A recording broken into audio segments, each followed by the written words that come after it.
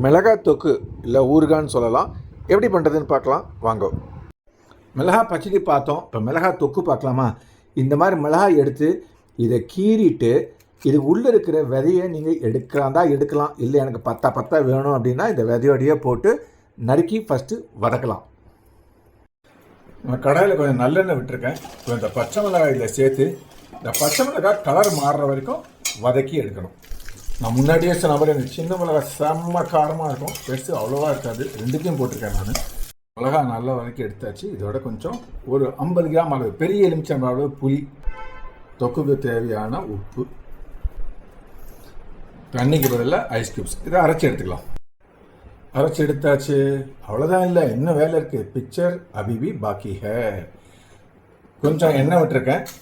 அந்த எண்ணெயில் நம்ம கடுகு போட்டுக்கலாம். அதில் கொஞ்சம் பெருங்காயம்.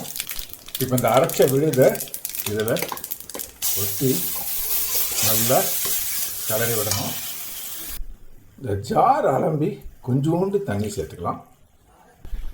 அல்வாவுக்கு கலர்ற மாதிரி நல்லா கலரி எடுக்கணும். இப்படி நல்ல சுருளை பந்து மாதிரி வர வரைக்கும் வதக்கணும். அவ்வளோதான். நீங்கள் நிறைய எண்ணெய் விட்டுனா இந்த நேரம் அந்த எண்ணெயெல்லாம் வெளியில் கக்கியிருக்கோம். நான் ஜாஸ்தி விடலை. அவ்வளோதான், நம்ம ஆல்மோஸ்ட் ரெடி தான். கடைசியாக ஒரு ஸ்பூன் வெல்லம் போட்டு வெள்ளைப்பொடி போட்டு எடுத்துடலாம். அவ்வளோதான், நம்ம மிளகாத்தூக்கு தயாராகிடுச்சு. நன்றி, வணக்கம்.